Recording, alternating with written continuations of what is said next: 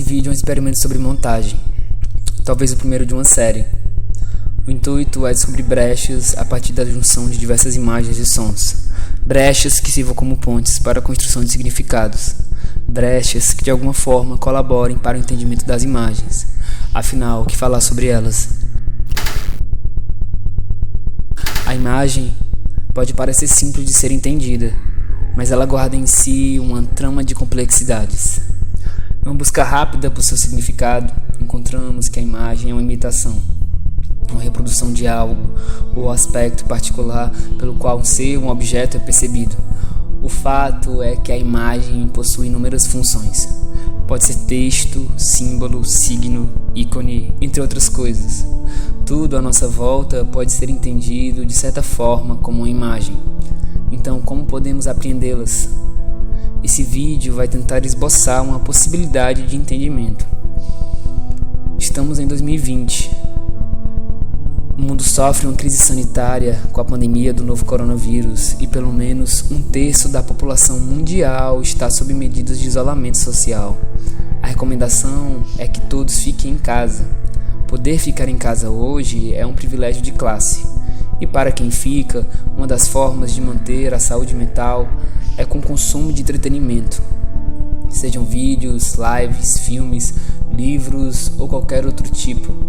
Entretenimento, informação, imagens.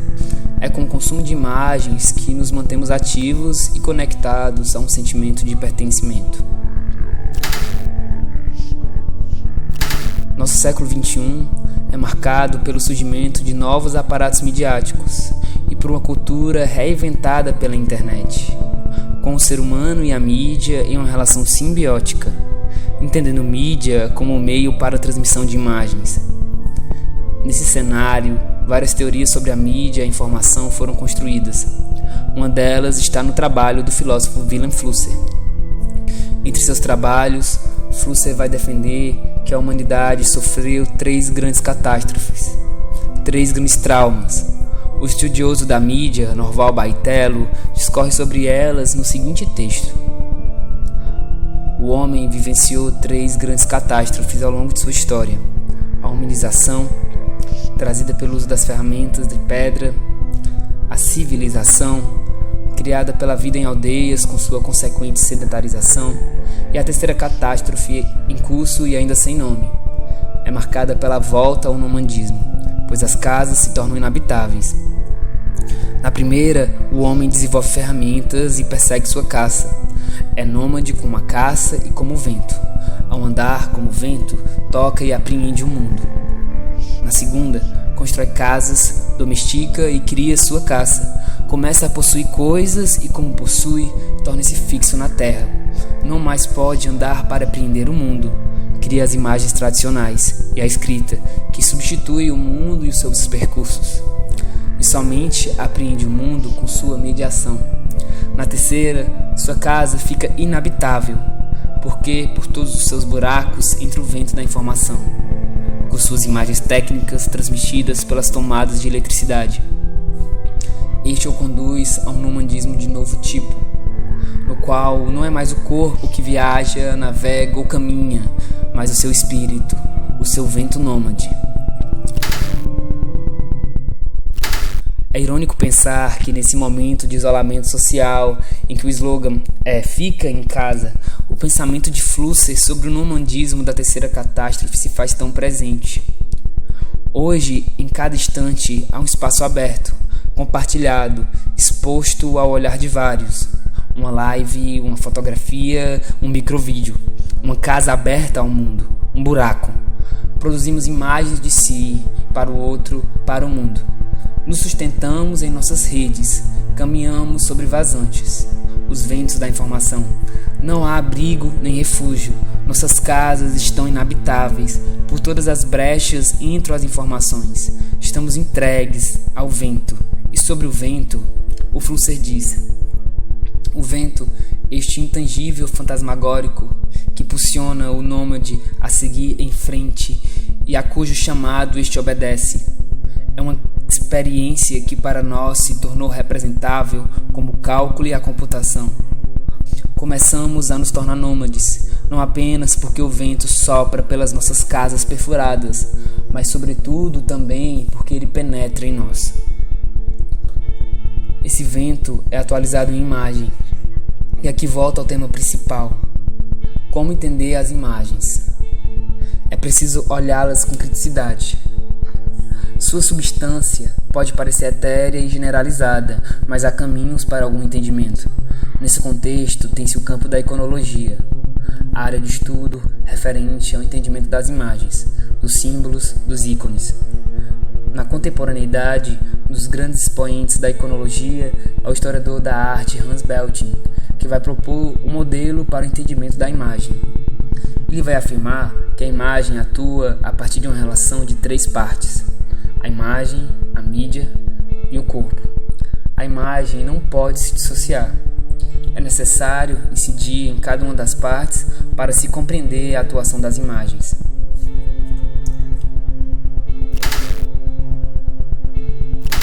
A imagem como fruto de uma ausência. Belting afirma que as imagens existem enquanto subscreverem a ausência de um corpo. A imagem de Cristo na cruz, por exemplo, reatualiza o acontecimento mitológico da morte e do sofrimento. Há uma presença icônica em contraste com a ausência real do corpo sagrado. Esse jogo entre presença e ausência é bem exemplificado pelas videochamadas atuais. Nos defrontamos com a imagem do outro.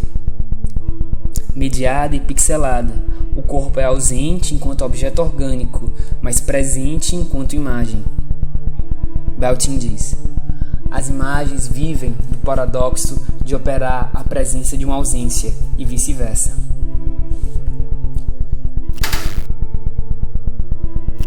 Imagem, mídia. A imagem é completamente atrelada à sua mídia. Não há uma imagem física não mediada. Desde as paredes da caverna de Lascaux, as telas sensitivas dos smartphones, a imagem só existiu e existe enquanto houver um suporte, um meio. No ato de lembrar, por exemplo, as imagens se desvinculam de sua mídia original e se incorporam em nosso cérebro. Nesse caso, o cérebro atuará como suporte, o meio para o processo de memorização. A relação entre imagem e mídia é de um entrelaçamento constante. Nós, entre nós, uma trama. Mas para não cair em uma abordagem midiológica, é preciso compreender que a imagem não é produzida por sua mídia, mas sim transmitida. A mídia faz o papel do corpo em que a imagem, como espírito, se apossa.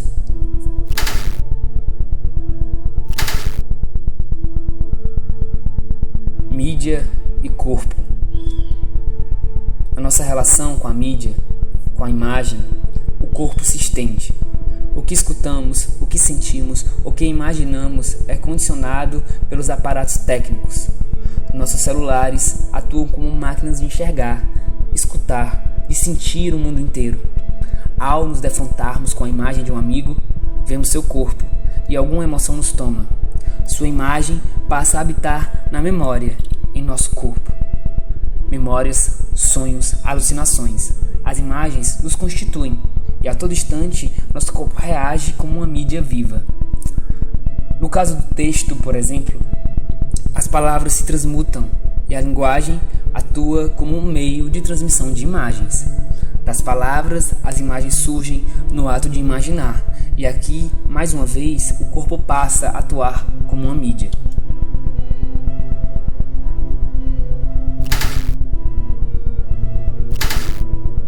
Para exemplificar o tripé iconográfico imagem, mídia, corpo, proposto por Belting, podemos utilizar o fatídico exemplo de algumas missas católicas neste período de distanciamento social. O espaço sagrado da igreja hoje está vazio. Há apenas o padre com alguns ajudantes, uma câmera com conexão à internet e o discurso. Por meio da homilia, o padre reproduz a palavra sagrada aos seus fiéis, mas seus corpos não estão presentes. Alguns padres, como forma de suprir essa ausência, utilizam imagens mediadas pelos papéis impressos, imagens que ocupam os bancos da igreja. No outro polo, o padre, em sua corporeidade, se apresenta à câmera. Se faz em imagem a partir do aparato técnico. Sua imagem, então, é transmitida pelas mídias digitais, para enfim chegar aos fiéis. A imagem, o corpo e a mídia aqui se entrelaçam para sustentar o espaço partilhado da fé.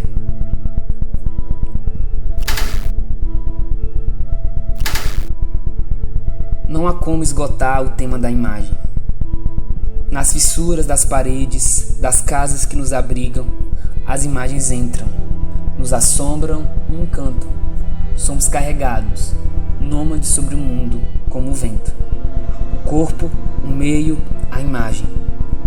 Hoje, para performar a vida, não há como fugir desse tríptico.